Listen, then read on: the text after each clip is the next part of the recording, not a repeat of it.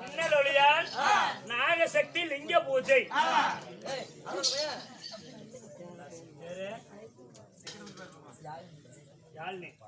யாழ்னி மகாலட்சுமி பணமண்ணும் பாராமல், அதாவது சின்ன வயசுல அதுக்கு பணமனம் என்னன்னே தெரியாது.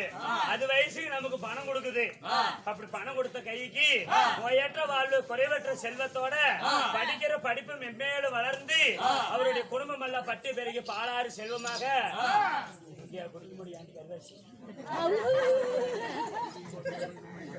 இந்த ரவுண்ட்ல எங்க போனாலும் இவத்தான் நினைக்கிறேன். அப்படி யாழ்னி மகாலட்சுமி அதாவது சின்னஞ்சிறு குழந்தையாகப்பட்டது கொடுத்திருக்குது. ஒரு காணி கொடுக்க மறுகாணி மலை போல் வளர்ந்து பட்டி பெருகி பாலாறு செல்வமாக குட்டி பெருகி குடும்ப அழுப்பங்க ஆனை போல பழமும் குதிரை போல ஓட்டமும் என்னைக்கும் குறையாத எண்ணும் 16 மாறுகின்ற ஆயுள் பெற்று தீர்க்க சுகத்துடன் வாழ வேண்டும் ஆண்டவனை பிரார்த்தனை செய்கிறேன்.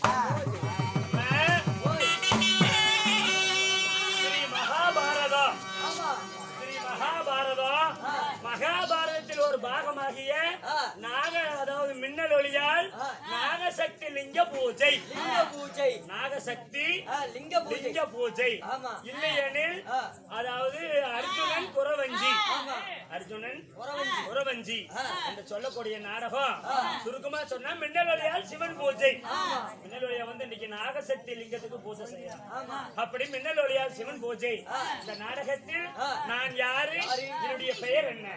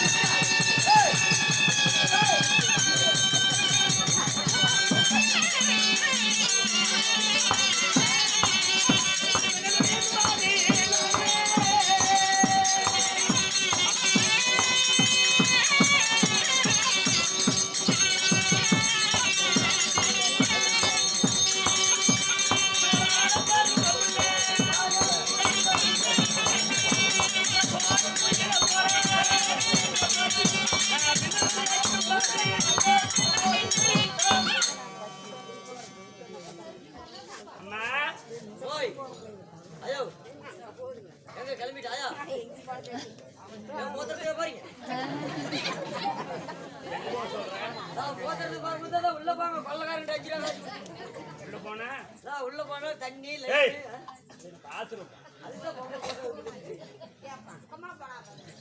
அடியே, என்னுடைய பெயரோ மின்னல் ஒளியால் என்று அழைக்கலாம். உன்னுடைய பெயர் மின்னல் ஒளியா? ஆமா, நான் மின்னல் ஒளியாக இருந்தாலும் நான் யாருக்கு பிறந்தேன்? யாருக்கு பிறந்தனா உங்களுக்கும் அப்பனுக்கு தான் பிறந்திருப்ப. யாரு? 6 6 12 இல்லடி, எனக்கு அப்பா யாரு, அம்மா யாரு? உங்க அம்மா கிட்ட நானே வந்தேன். என்ன கேக்குற அப்பா யாரு சொல்லுங்க. நான் சொல்ல சொல்ல நீ வரல விடுறியா?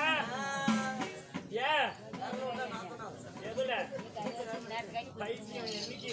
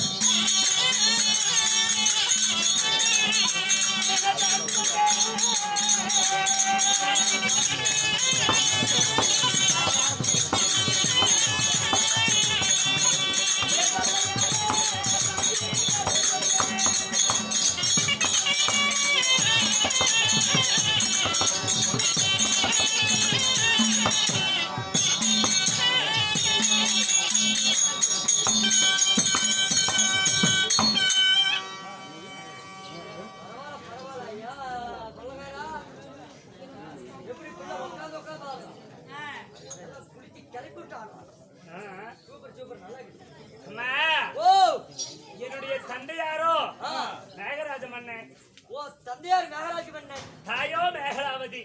மேகராஜ மன்னனுக்கும் தாயாவட்ட மேகலாவதிக்கும் அம்மா இப்படித்தான் இருக்க வேணும் பொம்பல, இப்படித்தான் இருக்க வேணும் பொம்பல, உடலழகே ஊருச்சே காட்டக்கூடாது, உடலழகே ஊருச்சே காட்டக்கூடாது,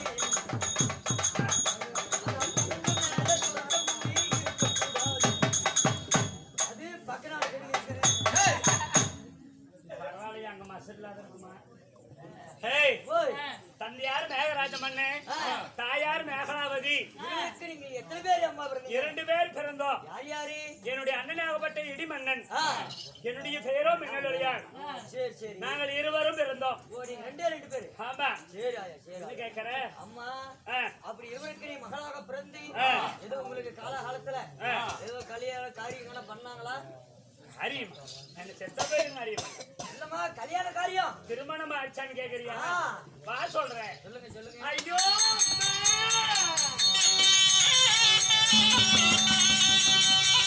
பொட்டிருந்தோ பூவிருந்தோ புன்னகை இல்லை,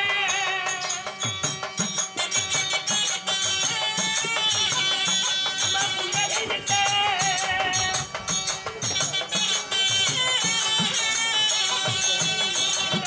பூட்டி வச்ச பொட்டையிலே மன்னவர் இல்லை, மன்னவர் இல்லை.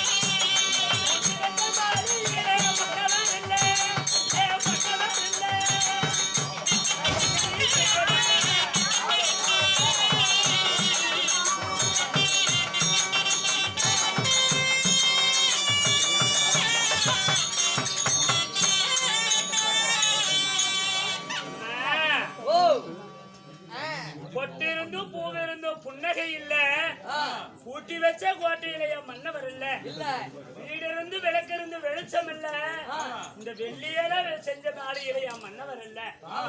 ஏன்னு கேளு, எனக்கு கல்யாணம் ஆயிடுச்சுமா, ஆனா திருமணம் ஆகல.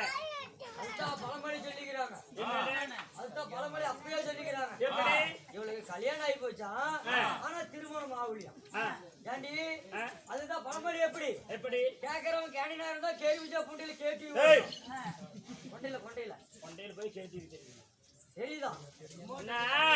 எப்படி கல்யாணம் ஆயிருச்சு, ஆனா திருமணம் ஆகலங்கிறேன். அதுதான் எப்படி? கல்யாணம்னா என்ன, திருமணம்னா என்ன? ரெண்டும் ஒண்ணு தான். யாரு சொன்னா? நான் சொல்றேன். கேட்டுட்டு வா, பெரியவங்க எல்லாம் இருக்கிறாங்களா, கேட்டு வா. கல்யாணம்னா என்ன, திருமணம்னா என்ன கேட்கணும். ரெண்டு ஒண்ணு போய் கேளு. நீ கேட்காத, கல்யாணம்னா என்ன, திருமணம்னா என்னன்னு கேளு. ரெண்டு ஒண்ணும் இல்லையா? நான் ஒண்ணுதான் அவுத்து போட்டு போடுறேன். இந்த பக்கம் கேளு. சாமியை கேட்டு வா, அவருக்கு தெரியாது இல்ல. கல்யாணம்னா என்ன, திருமணம்னா என்னன்னு கேட்டு வா. அப்ப ரெண்டு ஒண்ணுதான். ஒண்ணு தானே காது, என்னன்னு கேளுடா, தெரிஞ்சுக்கலாம். இல்ல உன் பக்கம் ஓட்டு விழுந்துச்சு. எப்படி? ரெண்டு அது வேற வேறையா? அம்மா, கல்யாணம்னா என்ன தெரியுமா? என்ன கல்யாணம்னா கனையலை மோதிரம். அப்படின்னா மோதிரம் போட்டது. மோதிரம். ஆமா, மோதிரம் கண்ணே பாப்பா,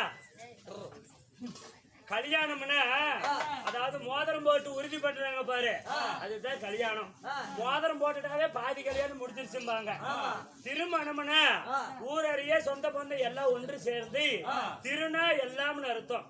எல்லாம் ஒன்று சேர்ந்து மனம் முடிச்சு வைக்கிறதா திருமணம். கல்யாணம்னா மோதிரம் போட்டு உறுதி செய்யறது, கணையலை போட்டு உறுதி செய்யறது. அப்படி எனக்கு கலையணை மோதிரத்தை போட்டு எனக்கு உறுதி ஆயிருச்சு, ஆனா திருமணம் ஆகல. திருமணம் ஆகல. யாரு தெரியுமா? எப்படி எனக்கு இந்த கணையலை மோதிரம் வந்தது? யாரு போட்டாங்க? சொல்ற தெளிவா கேளு. அம்மா பேசிட்டு வேற அப்புறம் சொல்லுங்க. சொல்லுங்க. அங்க உனக்கு என்ன வேலை? வெத்தலை போடுறதுன்னு வாங்கிட்டு வந்து இங்க போடு. சரிங்க. வெத்தலை குடுக்குறீங்களு பேசிக்கணும். அம்மா அதாவது அண்ணன் தம்பிங்க மொத்தம் 3 பேரு. திருதராட்டியரு, விதுரனு, பாண்டுமன்னன். இந்த 3 பேத்துல விதுரனுக்கு கல்யாணம் இல்ல. விதுரனுக்கு கல்யாணம் ஆகல. அதனால அந்த விதுரன் என்னன்னுட்டாரு, எனக்கு நாடு வேண்டாம், நகரம் வேண்டாம், சொத்து வேண்டாம், சொகம் வேண்டாம், நீங்க அண்ணன் தம்பிக்கு 2 பேருமே வச்சுக்கோங்க அப்படின்னு திருதராட்டியர்கிட்டயும் பாண்டு மன்னன்கிட்டையும் சொல்லிட்டாரு. சொன்ன உடனே அந்த திருதராட்டியருக்கு மொத்தம் எத்தனை பேர் பிறந்தாங்க? 100 பேர் பிறந்தாங்க, ஆண் மக்கள். சரியாக 100 பேரு கௌரவர்கள் பிறந்தாங்க. அதே பாண்டு மன்னனுக்கு அண்ணன் தம்பிக்கு 5 பேர் பிறந்தாங்க. யாரு? பாண்டவர்கள் 5 பேரு பாண்டு மன்னனுக்கு பிறந்தாங்க. 100 பேரு திருதராட்டியருக்கு பிறந்தாங்க. அவங்க கௌரவர்கள், இவருக்கு பாண்டவர்கள். அதனால இவங்க 100 பேரும் இந்த நாட்டை 2ஆ பாகம் போடலாம் அப்படின்னா, அதாவது 5 பேத்துக்கு பாதி நாடு, 100 பேத்துக்கு பாதி நாடா கொடுக்க முடியுமா? முடியாது. ஏன்னா அப்ப 100 பேர் பாதி நாட்டுல இருக்கணும், அது 5 பேர் பாதி நாட்டை வச்சுக்குவாங்களா? கொடுக்க கூடாது. இவங்களை கொன்னே தீரணும். எத்தனை டீ கொடுத்தாலும் காலையில 15 டீக்கு மேல காய்ச்சி இல்லையா, சிறுக்கு நாட்டிக்கிட்டு வந்துடுறாங்க. அதனால இந்த 5 பேர்த்த கொண்டு விட்ட நாம 100 பேருமே இந்த நாட்டை ஆண்டுக்கலாம் அப்படின்னு வஞ்சகம் செஞ்சாங்க. எப்படி என்னென்ன வஞ்சகம்? அவங்க போகிறவங்க பாரு, நடந்து போற பக்கமெல்லாம் போற இடமெல்லாம் பொய்க்குழி வெட்டி வச்சாங்க. பொய்க்குழியில உருண்டு 5 பேர் செத்து போயிட்டா இந்த நாட்டை நாமளே வச்சுக்கலான்னு போற இடத்துல பொய்க்குழி, விளையாடுற பக்கம் விஷமுள்ளு, படுக்கிற பாயில பாம்பு விட்டாங்க, குடிக்கிற தண்ணியில கூறுவசி நாட்டினாங்க, நஞ்ச கலந்தாங்க. இப்படி எல்லாம் எண்ணற்ற வஞ்சகம் செஞ்சாங்க. அப்பவும் பாண்டவர்கள் 5 அழிக்க முடியல. தப்பி படைச்சாங்க தாய் மாமனுடைய கிருபையினால. தவிச்ச உடனே அதாவது இறுதியா என்ன செஞ்சா, பூணூல் திருமணம் அப்படின்னு பொய்யான ஓலையிட்டு வர சொன்ன அரண்மனைக்கு வந்தாங்க. 5 வந்த உடனே சாதம் சமைப்பதற்கு சிறிது நேரம் ஆகும், அது வரைக்கும் ஏதாவது ஒரு விளையாட்டு விளையாடலாம், ஏதாவது ஒரு விளையாட்டு விளையாடலாம் அப்படின்னு. சரி என்ன விளையாடலாம்னா பகடை ஆடலாம்னாங்க. பகடைனா தாயகரம், இன்னைக்கு தாய் மாடுறோம்ல, அதுதான் பகடை. அப்படி பகடை ஆடலாம் அப்படின்னு முடிவு பண்ணாங்க. அப்படி பகடையில உக்காந்தாங்க. நீங்க அண்ணன் தம்பிக்கு தர்ம, பீமா, அர்ஜுனன், நகுலன், சகாதேவன் 5 பேர் ஒரு பக்கம் உட்கார்ந்தாங்க. அந்த பக்கம் 100 பேர் முன்னாடி ஜகினி மாமன் உட்கார வச்சாங்க. மாமன் உட்கார வச்சாங்க. முதல் ஆட்டமா தர்மத்தையும் நீதி நேர்மை தவறாத ஆடினாங்க. அந்த முதல் ஆட்டத்துல பாண்டவர்கள் 5 வெற்றி பெற்றுட்டாங்க. முதல் ஆட்டத்துல ஜெயமான உடனே அப்பொழுது என்ன சொல்லிவிட்டான், முதல் ஆட்டமா பிள்ளையார் ஆட்டம், ஜெயிச்சதுனால முதல் ஆட்டம் பிள்ளையார் ஆட்டம் ஆகட்டும் அப்படின்னுட்டான். சரி 2வது ஆடலாம் அப்படிங்கும் போது, சரி சும்மா ஆடுனா ஆட்டம் ருசிக்காது, ஏதாவது ஒரு பொருள் ஒரு பந்தயமா வைக்கலாம் அப்படின்னு ஒவ்வொன்னா வச்சு அவங்க சூதுனால ஆடுனாங்க. ஆனா பாண்டவர் பக்கம் தர்மர் உட்கார்ந்து தர்மமே ஜெயம், தர்மமே வெற்றி, தர்மமே நிச்சயம், தர்மமும் அப்படின்னு தர்மத்தின் படித்தான் ஆடுவன்னு பாண்டவர்கள் 5 தர்மத்தின்படி ஆடினாங்க. இந்த கௌரவர்கள் ஜகனி வந்து அதர்மத்தின்படி அமர்ந்தாரு. அதனால சூதுனால பகடையாடி நாடு, நகரம், நவநீத, செங்கோல், மாடு, மணிமகன், உப்பு சட்டி, உரையோடு வரைக்கும் எல்லாமே தோல்வி அடைஞ்சிட்டாங்க பாண்டவர்கள் 5. உடனே இறுதியாக என்ன சொன்னாங்க, 12-1-13 விழுந்ததுனால நீங்க 12 வருடம் கானகம் போகணும், 1 வருடம் அக்காவது வருஷம் போகணும். 12 வருஷம் காட்டுக்கு போயிடணும். ஒரு வருஷம் அக்கியாவது வருஷம்னா யாரென்று தெரியாத ஒரு மறைபொருளா இருக்கணும் அப்படின்னு குரு பெரியார்கள் சொன்னாங்க. சொன்ன உடனே அப்படி 13 வருஷம் கானகத்தை கழிச்சு வந்தா நாடு கொடுக்கறியான்னா கொடுக்க மாட்டோம். 18 18 நாள் போர்க்களம் கத்தி வால்முனையில யார் வெற்றி பெறாங்களோ அவங்க நாட்டை ஆளுட்டுனாங்க. அப்பயாவது கொடுப்பையான்னா இவங்க கொடுக்கறன்னு சொல்லல கொடுக்கலன்னு சொல்ல தலையை மட்டும் தான் ஆட்டுனாங்க. குரு பெரியாரோடைய கட்டளையை கேட்டு அந்த பாண்டவர்கள் ஐவரும் வனவாசம் போனாங்க. கானகம் போகும்போது எப்படி கட்டளை தெரியுமா? ஓராண்டு ஒரு வனத்துல இருக்கணும். அந்த வனத்துல கல் கூட்டி சாதம் சமைக்க கூடாது. எப்படி கல் கூட்டி சாதம் சமைக்க கூடாது. அப்படி கல் கூட்டி சாதம் சமைச்சதை பார்த்தா இந்த இடத்துல தான் பாண்டவர்கள் எல்லாம் கல்லடுப்பு கூட்டி சோறாக்குறாங்கன்னு தெரிஞ்சா மீண்டும் 12 வருடம் காணங்க ஒரு வருடம் போகணும். அது மட்டுமல்ல அந்த 100 பேர் இருக்கிறாங்க பாரு, 100 பேர்த்துல யாரோ ஒருத்தர் ஐவரில் பார்த்துட்டா கூட மீண்டும் 12 வருடம் காணவும் ஒரு வருடம் கேவசம் போகணும் அப்படின்னு கட்டளை இட்டாங்க. அந்த கட்டளைக்கு இணங்கி 12 வருடம் காணகம் போனாங்க. என்னென்ன வனம்? 1வது சூரிய வனம், 2வது ராமரிஷி வனம், 3வது முருக்குமாரிசி வனம், 4வது காலமாரிசி வனம், 5வது சைந்தவ வனம், 6வது காமதேனு பருவதம், 7வது கெந்துரு வனம், 8வது பேரண்ட வனம், 9வது ரோமரிஷி வனம். அந்த 9வது ரோமரிஷி வனத்துல போய் காலடி எடுத்து வச்சு ரோமரிஷி முனிவர்கிட்ட கேட்டாங்க, ஐயா நாங்களோ நாடு நகரம் இந்த வனத்துக்கு வந்திருக்கிறோம், இந்த ஓராண்டு காலம் இந்த ரோமரிஷி வனத்துல நாங்க குடிகொண்டுக்கிறோம்னு கேட்டாங்க. கேட்கின்ற பொழுது அந்த ரோமரிஷி சொல்றாரு, ஐயா பாண்டவர்களே 12 12 3 12 36 வருஷம் 3 12 36 வருஷம் கானகமே பஞ்சமத்தியா தெரிஞ்சுக்கினா கூட திரும்பி வந்து நாடு காட்ட அவன் நாடு கொடுக்க மாட்டான். யார் சொன்னா? ஓமரிஷி மகாமுனிவர் சொன்னாரு. 3 12 36 வருஷம் நீங்க கானகமே தெரிஞ்சுட்டு வந்தாலும் நாடு கொடுக்க மாட்டான். அதனால ஐவரில் ஒருவர் அருணகிரி போகணும். அருணகிரி வெள்ளிகிரிக்கு சென்று அதாவது கைலகிரியில சிவன் இடத்துல பாசிபதா கணைய வாங்கிட்டு வரணும். அப்படி பாசிபதா கணைய வாங்கிட்டு வந்தீங்கன்னா அந்த கௌரவ 100 பேர் உங்களால வெற்றி பெற முடியும் அப்படின்னு சொன்னாரு ரோமரிஷி மகாமுனிவர். அதை கேட்டு இந்த ஐவர்களை யாரு போறதுன்னா தர்மர் போறேன்னு சொன்னா தர்மர் போவாரு. போயிட்டு அந்த பாசிபதா கணையை வாங்கிட்டு வரும்பொழுது யாராவது தர்மம் கொடுன்னு கேட்டா அந்த பாசிபதா கணையை கொடுத்துட்டு வந்துருவாரு. அதனால தர்மர் வேண்டாம். பீமா கிட்ட சொன்னாங்க. பீமா என்ன சொன்னா, இங்க இருந்து கைலகிரி மலைக்கு போவேன், அந்த சிவபெருமன் கொடுத்தா பாப்பேன், இல்லைன்னா அந்த கைலகிரி மலையவே சுக்குன்னு வர வெடிச்சு உடச்சுடுவேன். அதனால ஆகாதுன்னுட்டான். நகலும் சகாதேவன் 2 பேரும் ஆகாதுன்னுட்டாங்க. சாஸ்திரக்கூடியவன் சகாதேவன் என்னால ஆகாதுன்னுட்டான். அதனால யார் போறதுன்னு கேட்டா அந்த இருவருக்கும் மூத்தவன் இருவருக்கும் இளையவன் நடுவே பிறந்த நாயகன் ஆனால் அழகுமன் அர்ஜுனன் நான் போறேன் அப்படின்னு கட்டு கட்டா நீர் அணிந்து காவி வசனம் தான் அணிந்து அதாவது மச்ச ரேகையை மறைத்து மயில ரேகை கொண்டு கைலங்கிரிக்கு போனார். கைலங்கிரிக்கு போய் 90 அடி செப்பு கம்பத்து மேல ஏறினார்.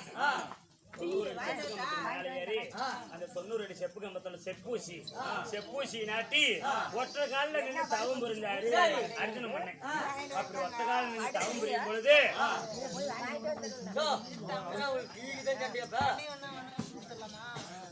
அக்கா தன கஷ்டப்பட்டு உயிரை கையில பிடிச்சிட்டு சொல்லிட்டு இருக்கிற இப்படி வந்து கலைச்சுட்டே பரவாயில்லையா?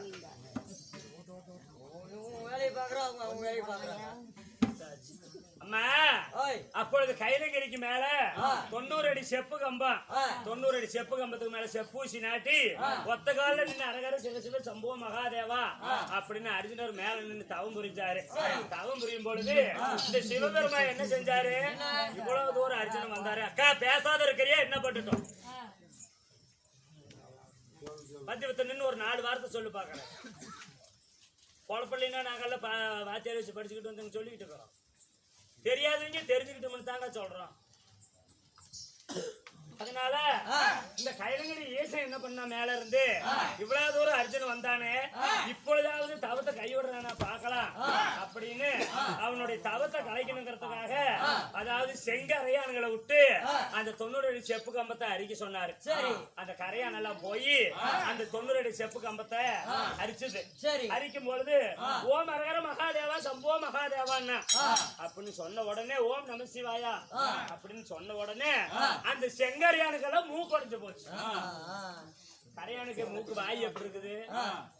வாய் எப்படிப்பா இருக்குது? கரையா முழுதும் ஜவப்பா இருக்குது, வாய் மட்டும் ஏன் கருப்பாச்சு தெரியலையே. இதுல கருவி போனதுதான். ஓ இந்த 90 அடி செப்பு கம்பத்தை போய் அரிச்சது பாரு. அப்ப ஓமரகர மகாதேவா சம்போ நாராயண நமசிவாயம்னா நமசிவாயம்னு சொல்லாத நாவும் சிவனடியாருக்கு வணங்காத சிரமும் பூமியில இருந்து பயணம் இல்லையா? இல்ல இல்ல. அதனால அந்த நமசிவாயங்கிற வார்த்தைக்கு அவ்வளவு ஒரு பவர். அதனால அந்த இரும்பு மூக்கு அந்த கரையானுக்கெல்லாம் வாயெல்லாம் கருவி போச்சு. கருவி போச்சு. சரி, கரையா என்னால முடியாதுன்றுச்சு. இரும்பு மூக்கு பக்கைகளை வர சொல்லு. வந்து இந்த மரத்தை கொத்துட்டோம். 90 அந்த செப்பு கம்பத்தை கொத்தனா அவன் கீழே விழுந்துருவான், இறங்கிக்குவான் மறைஞ்சாயின்னு பக்கைகளை விட்டு கொத்த சொன்னாங்க. திரும்பவும் அவன் அரகர மகாதேவா சிவாயான்னு சொன்னான். அந்த இரும்பு மூக்கு பக்கைகளுக்கெல்லாம் மூக்குடைஞ்சு போச்சு. மூக்குடைஞ்சு போச்சு. இன்னைக்கு எந்த குருவிக்கு பார்த்தாலும் மூக்குல ஒரு வாட்டர் இருக்கும். எந்த குருவிக்கு பார்த்தாலும் மூக்குல ஒரு வாட்டர் இருக்கும், ஒரு சின்ன பேர். அதுதான் இந்த மரத்தை கொத்தி அந்த குருவிக்கு. மீண்டும் என்ன பண்றாரு, சரி கீழே இருக்கிறவங்க தானே இப்படி பண்ணி போடுறான்னு சொல்லி வாயு பகவான வர சொல்லி நாலாபுரமும் வாயு வீச சொன்னாரு. ஓம் அரகர மகாதேவா சம்போ நாராயண நமசிவாயன்னா சொன்ன உடனே அந்த வாயு பகவான் என்னால முடியலன்னு ஓடி போயிட்டான். திரும்பவும் என்ன செஞ்சா 7 அடியும் சேர்ந்து பேரடியா வந்து இடிமண்ணன் எங்க அண்ணன் இடிமண்ணனை கூப்பிட்டு, இடிமண்ணா 7 அடியும் சேர்ந்து பேரடியா இறங்க அர்ஜுன மேல. அவன் மேல நிக்கிறான் இல்லையா, அவன் மேல இறங்கு. அப்ப அவன் இறங்கிடுவான், கவத்தை கை விட்டுட்டு வந்துருவான்னு எங்க அண்ணன் இடிமண்ணனை வர சொல்லி இடிக்க சொன்னாங்க.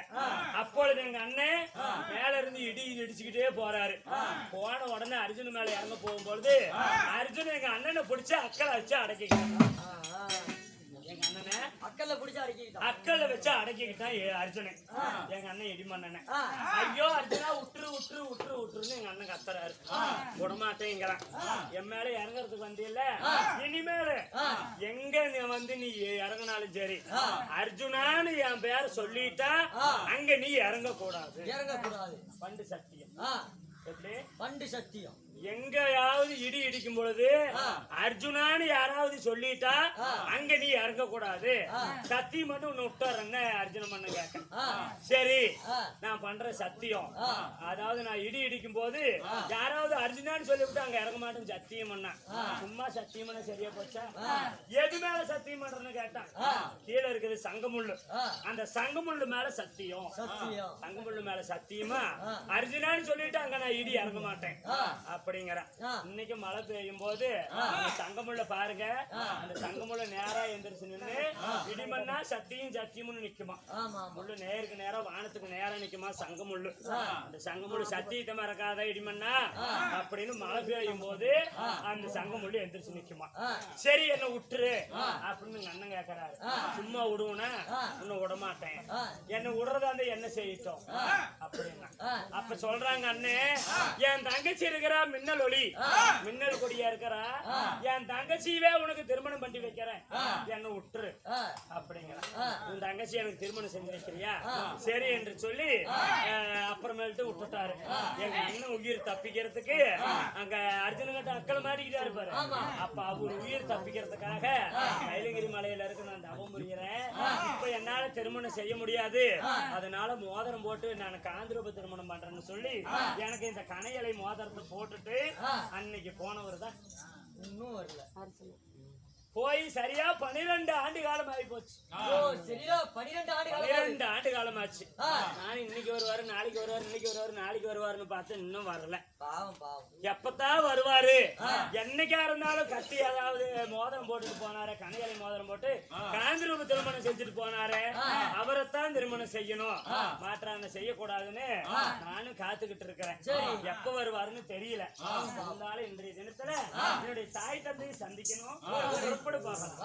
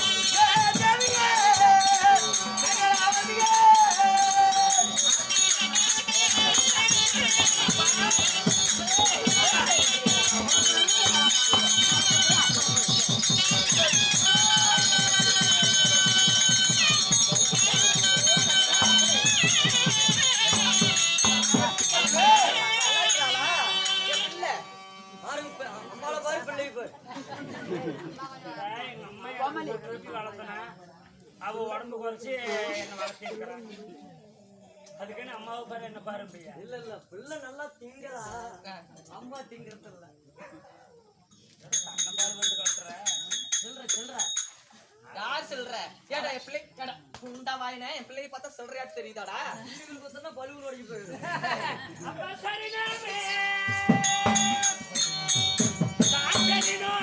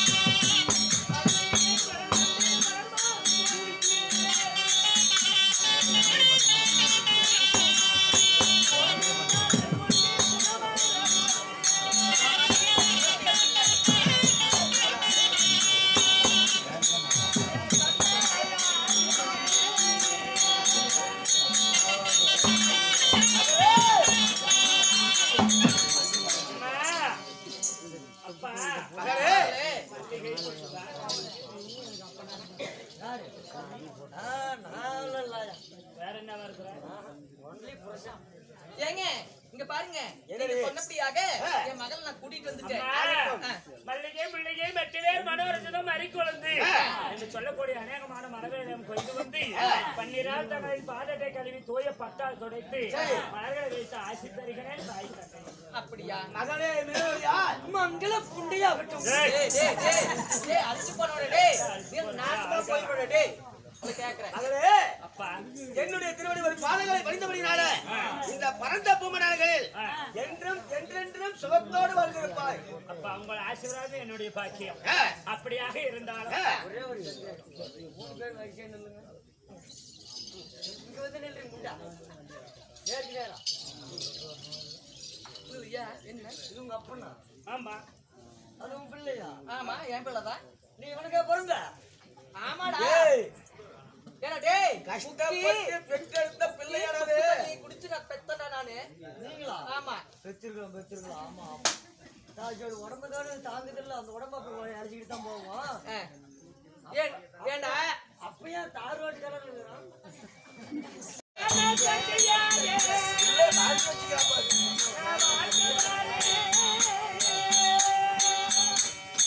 திருமணம்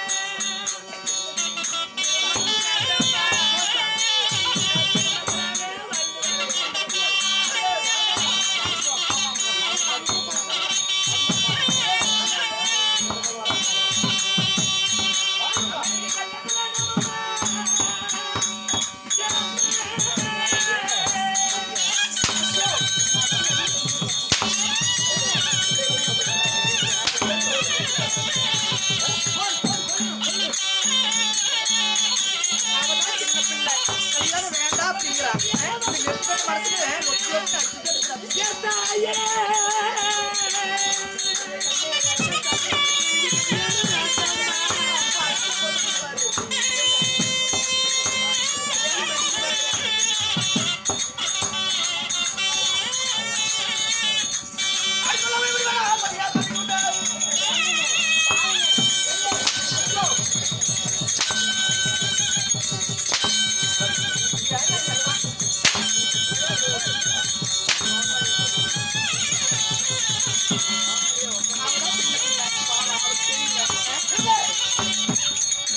ஏங்க, இருங்க.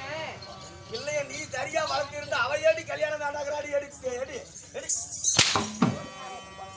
ஏங்க, கரெக்டா வந்துருந்தா ஏண்டி தேவடியா? பிள்ளை.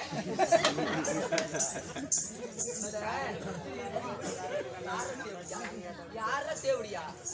நான் தேவடியாவா? உன்னை சொல்லலுமா? அப்ப என் பிள்ளை தேவடியாளா? அவன் தான் சொல்லிட்டு இருக்கியா? சரி போ, போய் வா. மத்தலகாரனா ரொம்ப சிலுக்கு. ஏங்க, இங்க பாருங்க. என்ன? இருங்க. இதான் நம்ம பிள்ளை வந்து சின்ன பிள்ளை, 5 அறியாத வயசு என்ன, அதனால நான் படி பத்தியமா சொல்லி கொடுக்குறேன். கல்யாணம் பத்தி நான் சொல்றேன்.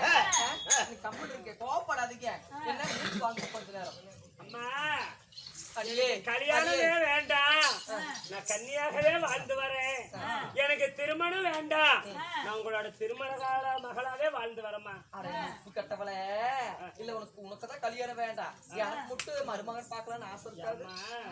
கல்யாணம் பண்ணு ஒரு பேத்தி பேர நான் பார்க்க கூடாது. நீ பார்க்க போது நான் மருமகன் நான் பார்க்க வேணும் இல்ல? ஏமா கல்யாணம் கல்யாணங்கிறிய கல்யாணம்னா அது எப்படிமா இருக்கும்? இப்ப பாத்தீங்களா, அது எந்த கடையிலமா விக்குது? அப்படியே பாத்தீங்களா, கல்யாணம் கருப்பா இருக்குமா சிவப்பா இருக்குமா, இனிக்குமா புளிக்குமா கசக்குமா, அது எப்படி? என்ன சொன்னா? இருங்க முதல்ல நில்லுங்க, மூச்சு வாங்க, போ தண்ணி கேட்டு குடி. கல்யாணம் பாத்தியா, என்ன? என் பிள்ளைய எப்படி படி மத்தமா நான் எப்படி வளர்த்து இருக்கிறேன் சரியா? டேய், நான் பத்து கோமாளி, இங்க வா, இங்க வாடா, பீச்சல கோமாளிக்கு பாரு, தான் தலை பாரு, செத்தட்டை போய்ட தலை சீவிட்டு வர மாட்டேன். என்னன்னு சொல்லு. என் பிள்ளைக்கு கல்யாணம்னா என்னமே தெரியலையாமா. கல்யாணம் பத்தி சொல்லு, உனக்கு தெரியும் இல்ல? அதெல்லாம் முடிவு பண்ணிருக்கிறேன். நான் அதெல்லாம் முடிவு எந்திரிச்சிருக்கிறேன். எத்தனை கல்யாணம் சொல்லிருக்கிறேன்? அதெல்லாம் எக்கச்சக்கமா ஊருக்கு பண்றானே என்ன? இப்ப சொல்லி ஊருக்கு பண்றேன்னு என்ன கல்யாணம்? கூத்தாட பரப்புகளும் ஒவ்வொரு பொண்ணும் கல்யாணம் பண்ணிக்கிறேன். டேய். கல்யாணம்னா என்னன்னு சொல்லு. ஆனா அது எப்படி இருக்கும்? கருப்பா இருக்குமா சிவப்பா இருக்குமா, எந்த கடையில இருக்குது? அது இனிப்பா இருக்குமா புளிப்பா இருக்குமா கசப்பா இருக்குமா? மல்லிகை சொல்லு. மல்லிகை கடையில் விற்கிறத போய் ஒன்று வாங்கிடும். எப்பா நான் வேணா போய் வாங்கி அறிவுண்டா கல்யாணம்னா கருப்பா கழியே இருக்கும். ஏறுன்னு இருக்குமா? ஆமா. அம்மாப்பிள அம்மாப்பிள என்ன சாமி, என்ன சாமி? 4 பேர் வாங்கினா இவ்வளவு கோபம் கொடுத்தாங்க. அம்மா கல்யாணம்னா கரியேர்னு இருட்டா இருக்குமா அம்மா? அப்படியா? யார் சொன்னாங்க அப்படின்னு? தான் சொன்னேன். அவனே சொன்னேன். ஏடா ஆக மத்த புண்ட வாயினே, ஓய். கல்யாணம் கருப்பா இருக்குமா? அம்மா இருட்டா இருக்குமா? ஆமா பின்ன வெளிச்சத்திலே பண்ணுவாங்க. என்ன நீயும் ஒரு துப்பாட பொம்பளையா வர? இல்ல கேக்குறேன். இப்படி காலத்துல பொண்ணு அழைச்சிக்கிட்டு வரப்ப இருட்டாக்குதா இல்லையா? ஓ அப்படி சொன்னியா? ஆ. சரி சரி, அதான் சரி, போ. கல்யாணம்னா என்ன பண்ணுவாங்க? அப்புறம் ஒரு 4-5 பேரு உன்னை கூட்டிட்டு போவாங்க. எங்க? தொடர்ந்து கேளு. ஆ. ஒரு 4 பேர் உன்னை கூட்டிட்டு போவாங்க. எங்க? எங்க? சுடுகாட்டுக்கு. ஆ. கூட்டிட்டு போய் உன்னை எரிக்கிறதுக்கு. ஐயோ அம்மா எனக்கு கல்யாணமே வேண்டாம். அம்மா, என்ன 4-5 பேரு சுடுகாட்டுக்கு கூட்டிட்டு போய் என்ன வச்சு எரிப்பாங்களாமா அம்மா? யார் சொன்னாங்க அப்படின்னு? தான் சொன்னேன். அட ஆக மத்த புண்ட வாயினே, புண்டவாய் பத்து புண்ட வாயினே. இல்ல கேக்குறேன், நான் பெத்த பிள்ளைட்டு நான் சொல்லக்கூடாதுன்னு சொல்லி உன்னை விட்டு சொல்ல சொன்னா நீ என்னடா தப்பு தப்பா சொல்லிட்டு இருக்கிற? அட அவ சுடுகாடு இல்ல, மண்டகம் மண்டகம். ஆட மண்டபத்துக்கு ஆ, 4 பேர் கூட்டிட்டு போவாங்க. ஆ. அப்படியா? அதுதான் சரி. சொன்னேன். அப்படியா? அப்படியே சொன்னேன். ஆ. கண்ணே அப்படி இல்ல, 4 பேரு கூட்டிட்டு போய் மண்டபத்துல கல்யாணம் பண்ணி வைப்பாங்க. அதுதான். சரி அப்புறம் மண்டபத்துக்கு கூட்டு போய் ஆ. உன்னை 4-5 பேரு ஆ. போட்டு செம குத்துன்னு குத்துவாங்க. அம்மா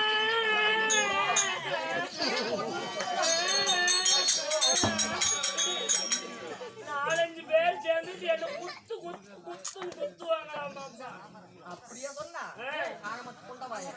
எங்க அந்த புண்டவாயன்? ஏன்னா டேய், 4-5 பேர் போய் குத்துவாங்களா? என்னடா குத்துவாங்க? மேலத்தால டண்டாங்க இப்படி வந்தியா? 4 பேர் சேர்ந்து தெரியாதாயா? சின்ன பிள்ளை இல்ல, என் பிள்ளைக்கு தெரியாது இல்ல. சரி சரி, நீ அப்படி சொல்லி இருக்கிற, பிள்ளைக்கு தெரியல. அப்படி இல்ல சாமி, 4-5 பேரு மேல தாளத்தோட வருவாங்க. அதான் அப்படி சொல்லி இருக்கிறான். அப்புறம் என்ன பண்ணுவாங்க? ட்ரம் செட் அப்புறமேல ஒரு ஐயரை முன்னாடி உட்கார வச்சு ஓம் நமச்சிவாய ஓம் நமச்சிவாயன்னு சொல்லுவாங்க. அப்புறம் ஒரு ஆம்பளை பக்கத்துல உட்கார வச்சு இத்தா பெரிய தாலி எடுத்து உன் கழுத்துல மாட்டி விட்டுருவாங்க. மாட்டுக்கு தண்ணி கட்டுற தாலியா? சிமெண்ட் தாலியா? கழுத்துல கட்டி விட்டுருவாங்களா? நான் இருந்துட்டு பேசுறேன். அம்மா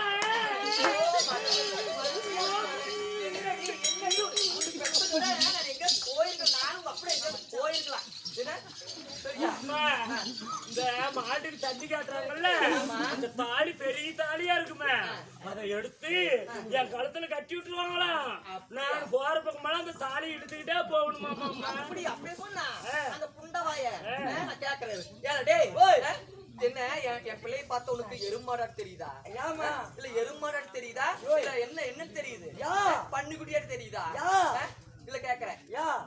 எதுக்குடா சிமெண்ட் தாலிக்கு போக சொன்னேன்? சிமெண்ட் தாலி இல்ல, நீயோ இங்க ஒரு துப்பாட பொம்பளையா இருக்க தாலி கட்டுறாங்கல்ல மஞ்சக்காரி தாலி. ஆமா, அதுதான் அந்த கவுரு தாலி சொன்னேன். அட தாலி சொன்னியா? சரி சரி, அப்படியா? தெரியாம பேசிட்டு அப்படி கண்ணே. அப்படி இல்ல சாமி, மேல தளத்தோட போய் உனக்கு தாலி கட்டுவாங்க. சரிம்மா, சரியா? இங்க பாரு, இது மாதிரி தாலி கட்டுவாங்க. அதுதான் அவன் சொல்லி இருக்கிறான். அந்த பொன்னவாய் புண்டவாயன் தெரியாம சொல்லிட்டான். சரி, அப்புறம் அந்த தாலியை கட்டிட்டு உன்னையும் புருஷனையும் கூட்டிட்டு போவாங்க. எங்க? ஒரு வீட்டுக்கு விடுறது. அப்புறம் வீட்டுக்குள்ள புரட்சி போய் உக்காந்துட்டு பாரு. நீ போயிட்டு ஒரு சொம்புல பால் கொண்டுகிட்டு நீ பின்னாடியே போகணும். பின்னாடி போயிட்டு நீ பால் குடுத்துட்டு அவர் கொஞ்சம் பால் குடிப்பாரு, நீ கொஞ்சம் பால் குடிச்சுட்டு அப்புறம் பாத்துக்க என்ன பண்ணுவாரு? ஃபர்ஸ்ட் போய் கதவை சாத்த சொல்லுவாரு. நீ அதே மாதிரி போய் கதவை சாத்தணும். லைட் ஆஃப் பண்ண சொல்லுவாரு. லைட் ஆஃப் பண்ணணும். ஆஃப் பண்ணிட்டு பாரு, இருட்டடியில மாட்டு குத்துட்டான். இருட்டுடியா? ஒரே இடத்துல குத்துவாரா? அம்மா பிள்ளைல பெப்ப நேரம் பெக்காமே இருந்துக்கா. பொழுது ஊனு கழுவுறா, பொழுது ஊனு கழுவுறா. எல்லாம் ஆவுடா அழுவுறா.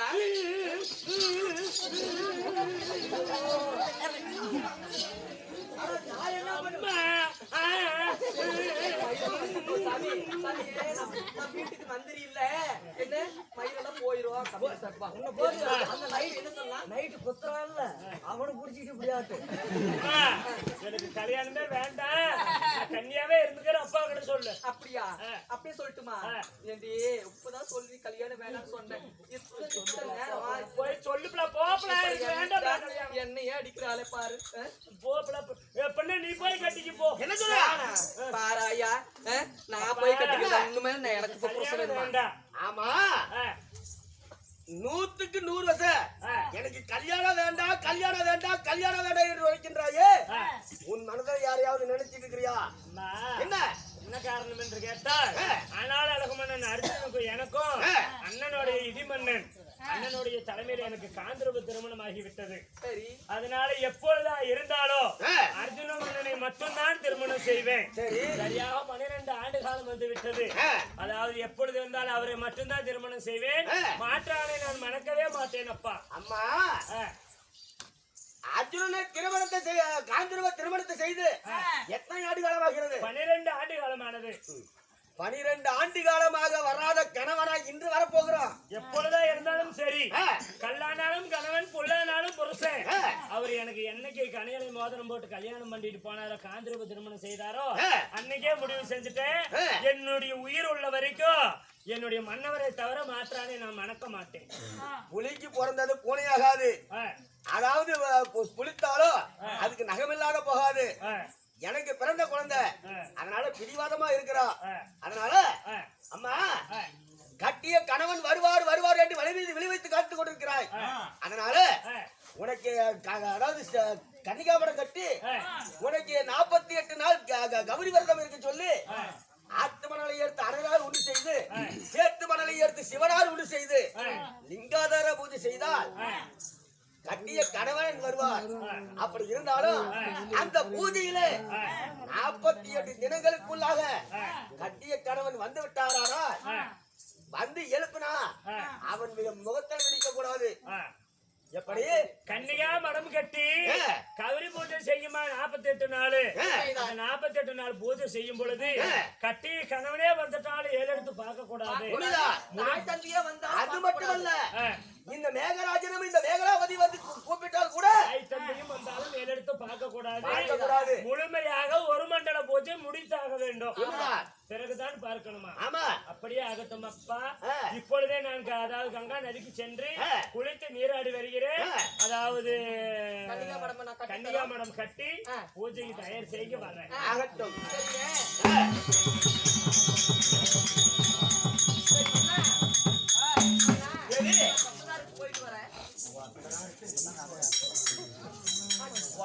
நீ போயிட்டு எனக்கு மடக்கு நாட்டுக்கு அப்பா என் பிள்ளையும் நெப்பு கட்டு போயிருக்கிறா, என் புருஷனும் அப்படிதான் இருக்கிறேன். மொக்க நாட்டு போனாதானே கன்னிகா மடம் கட்ட முடியும். அட கன்னிகா மடம் கட்டடம் கட்டுவதற்கு அம்மா நீ செல்லாத. நம்மளுடைய நாட்டுல மந்திரி இருக்கிறான், அவனை அனுப்பி வைத்து கனகன் என்ற சிற்ப சாஸ்திரி வளைத்து ஏன் அங்க போகணும். நமது அதாவது ஆயவரத்துக்கு சென்று சித்தையன் என்று சொல்லக்கூடிய சிற்பியை வரவழைத்து இந்த கன்னிகா மரத்திற்கு அஸ்திவாரம் போட்டு கன்னிகா மரம் கட்டி வைக்கலாம். நீ உள்ள போ, நான் கன்னிகா மரம் கட்டுறேன். அப்படியா? அப்படியே ஆகட்டும். ஆகட்டும். சரி. யாருங்க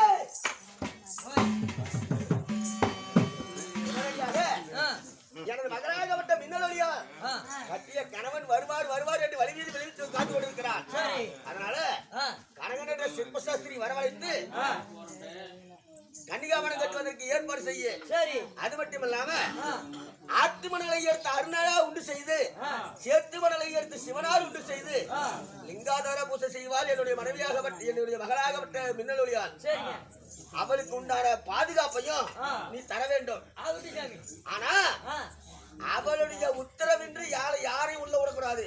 அவன் ஓகே சொன்னாதான் நான் உள்ளேயே விடுவேன். எங்க உள்ள பூஜை செய்யற அரண்மனைக்குள்ளீங்க. அப்படி இருந்தாலும் உடனடியாக கன்னிகாமரம் கட்டி கொடுத்தாச்சு. சரி, லிங்காதார பூஜை செய்வதற்கு ஆத்து மணலை எடுத்து அருணார் உண்டு செய்து சேத்து மணலை எடுத்து சிவனார் உண்டு செய்தாச்சு. ஆனா பூஜைக்கு வேண்டிய ஏற்பாடுகள் செய்துட்டேன். அப்படி இருந்தாலும் ஒரு பேப்பர் பேன் எடுத்துவா.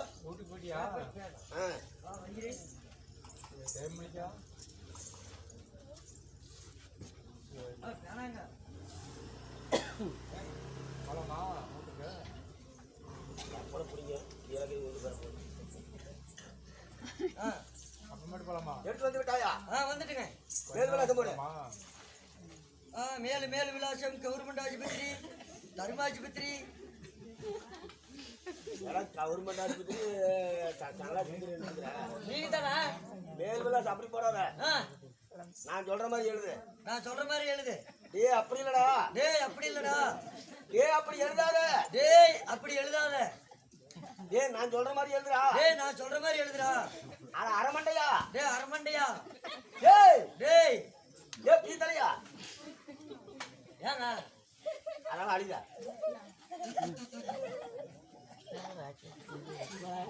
இப்ப சொல்லுங்க. மகா லாலாஸ்ரீ மகா கணபதிய மகா லாலாஸ்ரீ மகா கணபதிய மகா லாலாஸ்ரீ மகா கணம் பொருந்திய மேகலோகத்து மன்னனாக விளங்கக்கூடிய மேகலோகத்து மன்னனா வழங்க வரக்கூடிய மேகராஜன் பாண்டவர்களுக்கு எழுதக்கூடிய நிருபம் என்னவென்றால் பாண்டவருக்கு எழுதக்கூடிய நிருபம் என்னவென்றால் தாரா புகழ் படித்த தர்மராஜனுடைய இளைய தம்பியாக விளங்கக்கூடிய தாரா புகழ் படித்த தர்மராஜாவுக்கு எழுதக்கூடிய நிருபம் இளைய தம்பியாக தாரா புகழ் படித்த தர்மராஜன் இளைய தம்பியாக விளங்கக்கூடிய விளங்கி வரக்கூடிய அர்ஜுன மன்னனாகப்பட்டவர் எனது மகளாக விளங்கக்கூடிய மகளாக விளங்கி வரக்கூடிய மின்னல் ஒளியாலை திருமணத்தை செய்து மின்னல் ஒளியாலை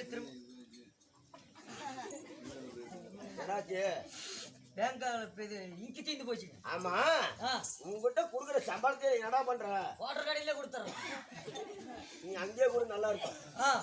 மின்னல் ஒளியால திருமணத்தை செய்து மின்னலையை திருமணம் செய்து 12 ஆண்டு காலமாகிறது. 12 ஆண்டுகளமாகிறது. 12 ஆண்டு காலமாக வரவில்லை. 12 ஆண்டுகளமாக வரவில்லை. அப்படி வராத காரணத்தினால் அத கரணித்தினால் வந்தால் ஆச்சுது. வந்தால் ஆச்சுது. இல்லையே இல்லையே மேகலோகத்து மன்னனாக விளங்கக்கூடிய மேகராஜ மன்னன் பாண்டவர்கள் மீது படையெடுத்து வருவோம். பாண்டவர் மீது படையெடுத்து வருவோம். இப்படிக்கு மேகலோகத்தை ஆண்டு வரக்கூடிய ஆண்டு வரக்கூடிய மேகராஜ மன்னன் மேகராஜ மன்னன். சாமி ஆ, உருட்டலாம் பெரட்டலாம். அதனடா உருட்டலா பெரட்டலா பெரட்டல்னா ரேக, உருட்டல்னா கையெழுத்து. நான் கையெழுத்து போடுவேன். கையெழுத்து போய் சொல்றதில்ல. ரேக வைங்க. நான் கையெழுத்து போடுவேன்டா. ரேக வை சாமி. ஏண்டா உலக 56 தேசத்திற்கு மன்னனா விளங்கக்கூடிய மேகராஜ மன்னனுக்கு கையெழுத்து போட தெரியாதா? கையெழுத்தும் போடு ரேகையும் வைக்கணும். ஆமா, இது எங்க போறது? கீழே போடு. போட்டு போ, மதுரை போச்சு. நீ தானே கீழே போடுதுனா? ஏங்க கையெழுத்து கீழே போடுங்க. இங்கயா நிருபத்திலையா? இப்படிக்கு மேகராஜ மன்னன். கையெழுத்து சூப்பர். ரேகவிங் ஓய் ரேக ரேகைக்கு இங்கி வேணும்ல? இங்கு பட்டி இருக்குது சாமி. எங்க இங்கதான் செஞ்சுருக்கு. அருமாந்திரம் முடிச்சுவன மோந்து பாரு கறிக்காலம் பாச்சு.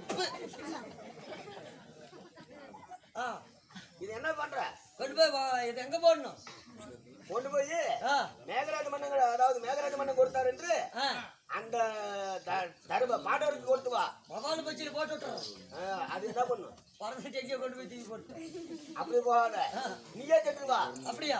சரி சாமி, நான் இங்க இருந்து இப்போ அதாவது மேகலோகத்துல இருந்து பூலோகம் போகணும். ஏதோ பசி எடுத்தா நான் ஏதோ வழியில வாங்கி தந்தேன். ஏதோ காய்ச்சிருந்தா குடி சாமி. ஆண்டவன் கொடுப்பான். அந்த ஆண்டவனையே கொண்டு போய் கொடுக்க.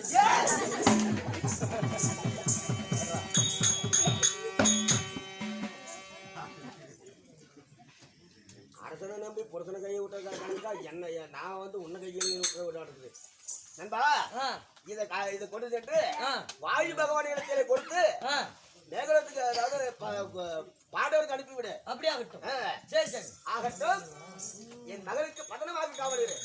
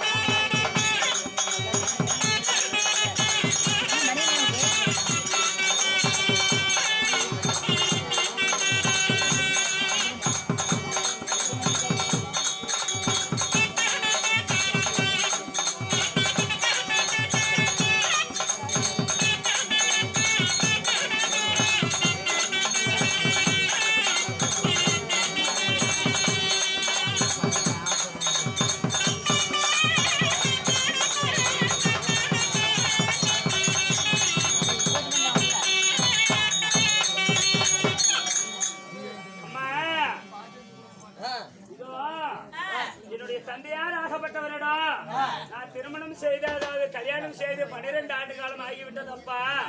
தாயும் தந்தையும் என்ன திருமணம் செஞ்சுக்க சொன்னாங்க. அப்படி நான் திருமணம் செய்வதாக இருந்தால், அதாவது என்னுடைய மன்னவராகப்பட்ட அர்ஜுனனை மட்டும் நான் மாற்றானே மறக்க மாட்டேன். அப்படி அர்ஜுன மன்னன் வர வேண்டும் என்றால், அதாவது 48 நாள் கௌரி பூஜை இருமான்னு சொல்லி இருக்கிறாரு.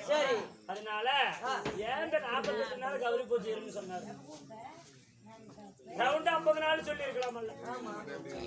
ஒரு 5 நாள் கம்மியா 48 சொல்லி இருக்கலாமல்ல? 48 சொன்னாங்க. இதான் கேக்குறீங்க. ஒரு கோயில் கட்டுறோம்.